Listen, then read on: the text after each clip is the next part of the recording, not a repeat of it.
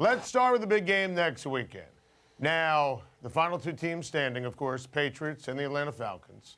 And Dan Quinn said earlier this week, Alex Mack, Julio Jones will not practice this week. Is there any concern for either one of those players for next weekend? No, not really. Obviously, an extra week to prepare here. Julio Jones, frankly, I was surprised they didn't yank him from the championship game sooner. They obviously felt comfortable with that foot and everything going on there as well. And Alex Mack, a 2-week window should be about okay for him as well. So they won't really get into a lot of their on-field stuff until next week anyway. A lot of walkthroughs this week, a lot of mental installations. But their most ramped up practices will be next week. I'd expect those guys to be participating at least in a limited role. And Alex Mack in particular, at this stage of his career, as accomplished as he is, as cerebral as he is, as in sync as he is with the quarterback there, Matt Ryan, even if he weren't to practice next week, I don't think they'd be sweating that. As long as he's good for Sunday, they believe he'll be good for Super Bowl Sunday. Yeah, we had Alex Mack on our radio show on Sirius XM. He said, while he was tight-lipped on practice, he will 100% be there for game day. And you're right. He knows the offense. He loves Matt Ryan, knows Kyle Shanahan. No issue there whatsoever. Now, Jason, we finally, imagine this, got an answer into the question of what's going on with the Indianapolis Colts in their front office. The team parted ways with Ryan Grigson. So fill us in on what you're hearing in terms of the list of guys who are interviewing to replace him and who you think ultimately is going to get that job. Yeah, half a dozen interviews. Irsay is already about halfway through. I think a couple of the guys, the first two he's interviewing, Chris Ballard of the Kansas City Chiefs, George Paton of the Minnesota Vikings, are about as accomplished as you can be for guys who haven't done the GM job before, of these sort of first-time rookie wannabe GMs. Peyton, now remember, has a second, it's another follow-up interview with the 49ers to come, and he'll be talking to Kyle Shanahan as well. Most people would tell you that Indianapolis has a better job, and also in San Francisco, you're going to be working for Kyle Shanahan because he's going to control the 53. In Indianapolis, Chuck Pagano is going to be working for that GM. At the end of the day, I'd keep a real close eye on Chris Ballard. Done a heck of a job with the Chiefs there. And he's a guy who knows defensive football, and they're one really good defensive draft away from probably being atop that division again and hosting a playoff game. Yeah, and listen, I think that'd be a coup if they could hire him. That's good information right there. He's so well respected. And I know what Jim Irsay said, Jay, about Chuck Pagano being safe. Is he 100% safe? It's Irsay, so I don't know about 100%, but I think he's pretty safe at this point, Adam. I mean, we're almost into February here. After the Super Bowl, we obviously will be. There's respect that you need to pay to other teams as well. You start a coaching search a couple weeks before the Combine, a lot of people are going to be angry. And let's face it, who's he going to get?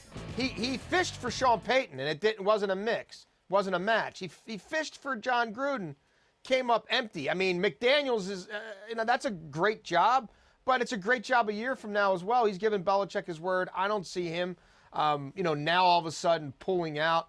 So I do believe they'll hire a GM. That GM will essentially evaluate Chuck Pagano for a season. Irsay will evaluate that duo, and then we'll see if more changes come at the end of 2017. Jason, I have to imagine from a general manager candidate perspective, and it goes noted that Ballard's on the list and he's interviewing.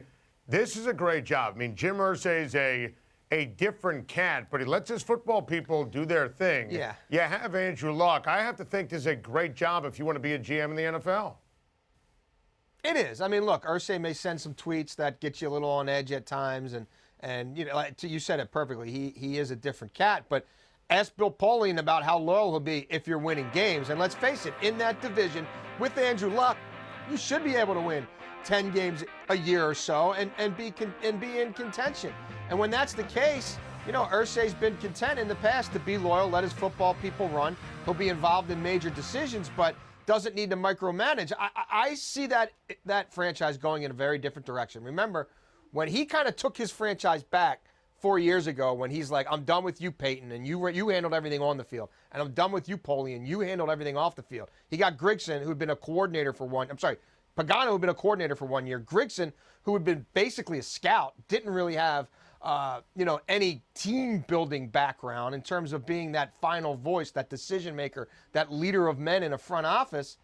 Now I think he's going to go and say, you know what, I just need to get the best people available, get that GM now, and then certainly if that coaching job opens up a year from now, it'll be all the A-list guys angling to come. It's not going to be a coach off the beaten path.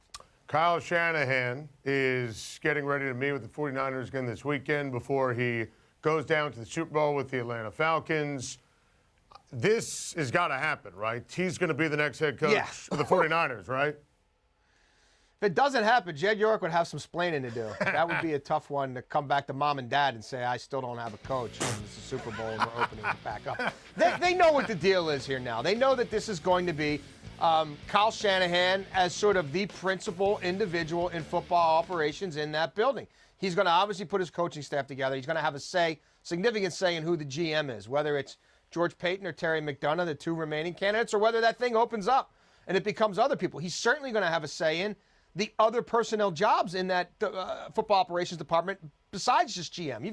They're looking for college scouting directors, pro personnel guys, player personnel guys. He's going to have a lot of strong opinions about that, and rightfully so. And remember his dad. His dad was the leader of an entire organization. Yeah. He wasn't just a coach along for the ride. So he's catching them at a vulnerable point where they are a blank slate, and they need him desperately, whether they want to admit it or not. So, yeah, Adam, I think it comes together, and I think Kyle Shanahan goes into that building highly, highly empowered.